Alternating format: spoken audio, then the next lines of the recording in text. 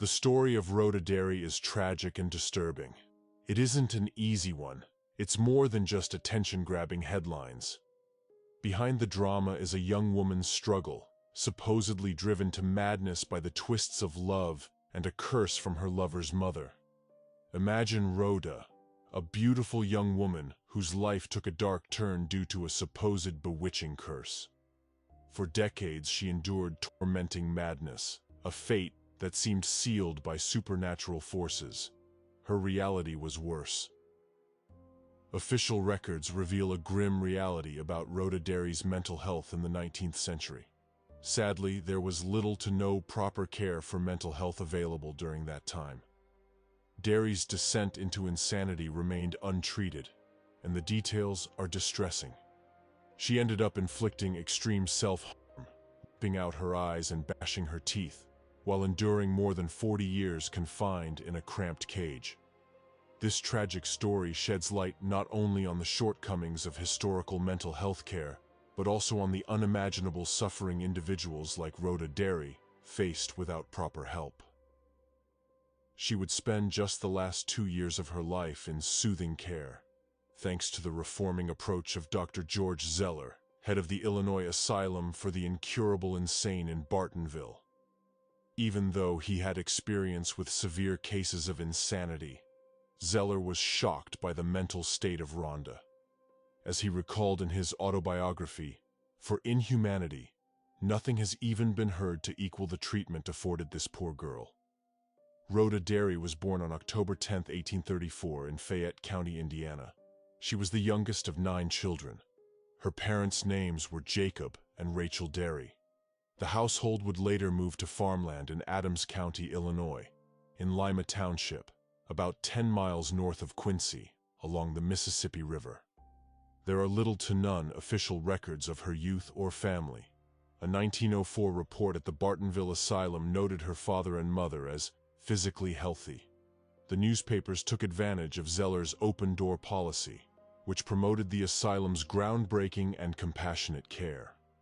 Both before and after Derry's passing, reporters extensively covered her case, making her widely recognized statewide by the affectionate nickname Rhody. The media attention not only highlighted the innovative approach of the asylum, but also solidified Rhoda Derry's tragic story for readers across the whole state. There was a time more than a half-century ago when Rhody was as young and rosy and happy and healthy as any girl in Illinois. According to the Quincy Weekly Herald of November 30, 1906, it is said she was a very beautiful girl before she became insane. Though some news coverage sided with Rhoda Derry, others painted her as a horrible remnant of humanity, terrible travesty of human form, and piteous human wreck. All at once, poor Rhody changed from a merry girl to a raving maniac. What was the cause of her insanity? The newspaper did not say, aside from this vague piece. It was when she was still a robust young woman of hardly 23 years of age, when some hereditary taint in her blood, some remote disorder transmitted by some long-dead and gone ancestor perhaps, suddenly manifested itself, and all at once poor Rhody changed from a merry girl to a raving maniac. The asylum listed her cause of death as general paralysis of the insane, suggesting a long-term brain infection. Documents also noted elements of witches surrounding Derry, which might have hinted at a hereditary issue or at the folklore regarding her insanity. Asylum records said that her mother believed in witches and used to shoot at imaginary witches around the house. That witchcraft angle was reported in multiple newspapers.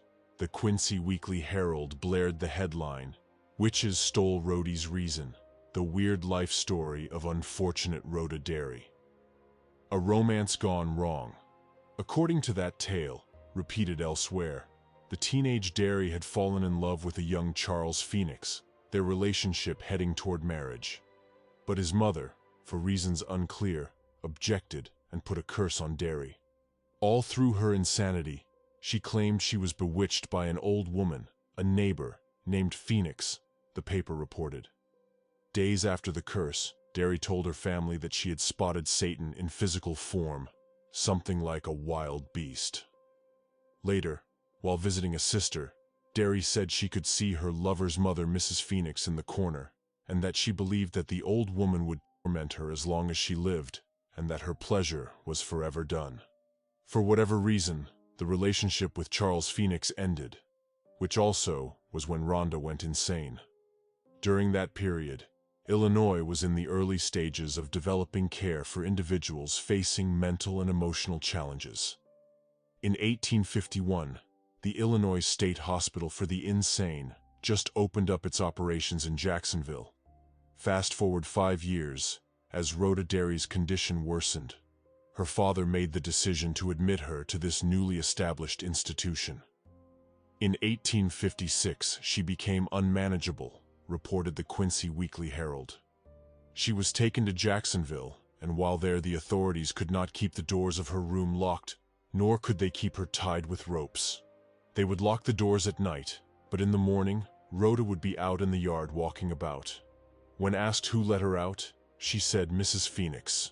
When the keeper of the asylum brought her back, she said she was not insane, but she did not know what was the matter with her. She was like the man referred to in the New Testament who lived among the tombs. Although the asylum was said to be beneficial, it had little to no answers for anyone with issues so severe and no system of long-term care.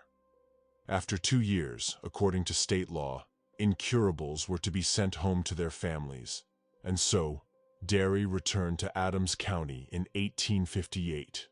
2 years passed. She did not improve, suffering from constant spells, followed by a beautiful song and a solemn prayer, in which she would ask God to forgive her, according to Quincy's Herald.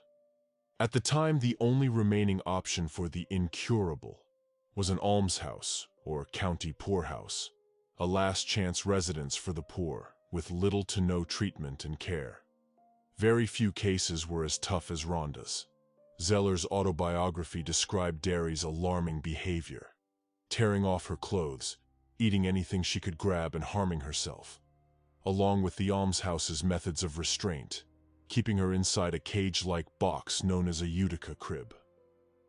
For years, she lived in a basket of straw cared for solely by other feeble-minded patients, Zeller wrote. During this time, her limbs became drawn up until her knees almost touched her chin. There they remained day after day and week after week until the muscles became atrophied. It was impossible for her to move either her legs or her hips. After a while, the basket of straw was dispensed with, and a square box set on her legs. This box had holes in it so that the excretions would drop into a pan beneath. Mice and other vermin crawled into the box, made their nests, and reared their families at the very side of the poor creature. Under such treatment, her malady became more pronounced. With her long fingernails, she scratched her eyes out. With her fists, she beat her face until all her front teeth had been knocked out.